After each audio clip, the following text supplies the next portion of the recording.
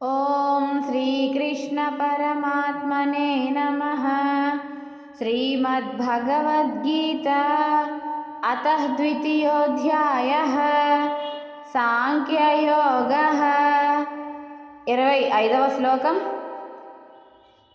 అవ్యక్త్యోయమచింత్యోయం అవికార్యోయముచ్యతే తస్మాదేవం విదిత్వైనం నానుశోచితుమర్హసి. నిఘంటు.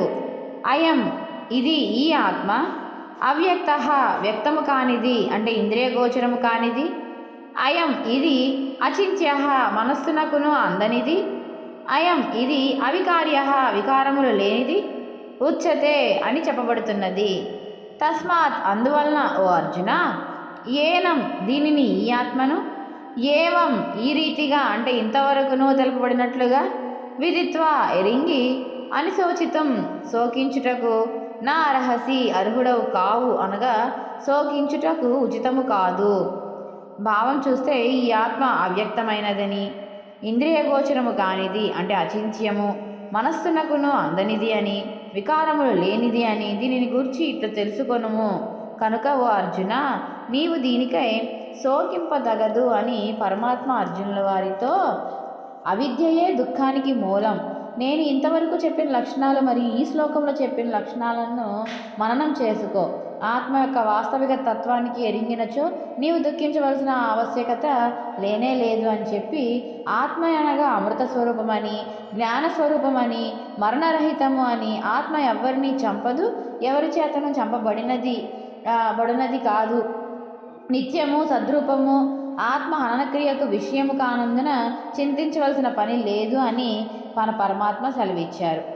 ఇక్కడ ఆత్మ అవ్యక్తము అంటే వ్యక్తము కానిది అంటే ప్రకటితము కానిది. మనం ఈ దృశ్య జగత్తును మన జ్ఞానేంద్రియాలతో చూడగలుగుతున్నాం, వినగలుగుతున్నాం.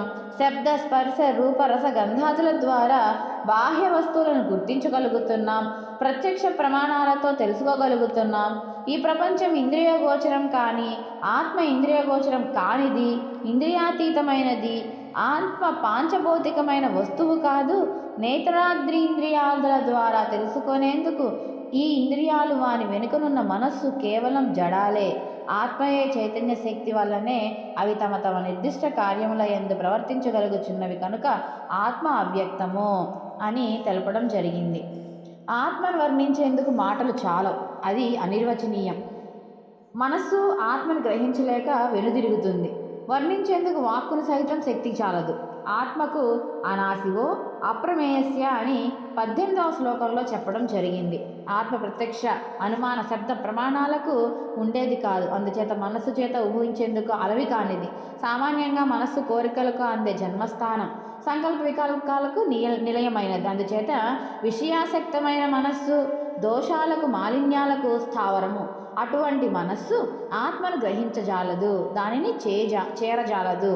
అందుకే యతోవాచో నివర్తంతే అప్రాప్య మనసః అని తైత్తరీయోపనిషత్తు కూడా చెప్తుంది. అందుచేతనే మనస్సును 2 విధాలుగా వర్ణించాము ఉపనిషత్తులు. మనోహి ద్వివిధం ప్రోక్తం శుద్ధం చ శుద్ధమేవ చ, అశుద్ధం కామ సంకల్పం శుద్ధం కామ వివర్జితం.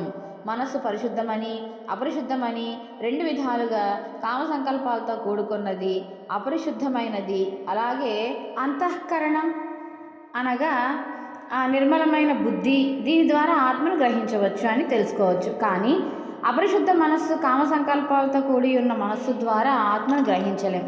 అమృత బిందుపోపనిషత్తులో కూడా ఇలాంటి శ్లోకాన్ని చెప్పడం జరిగింది.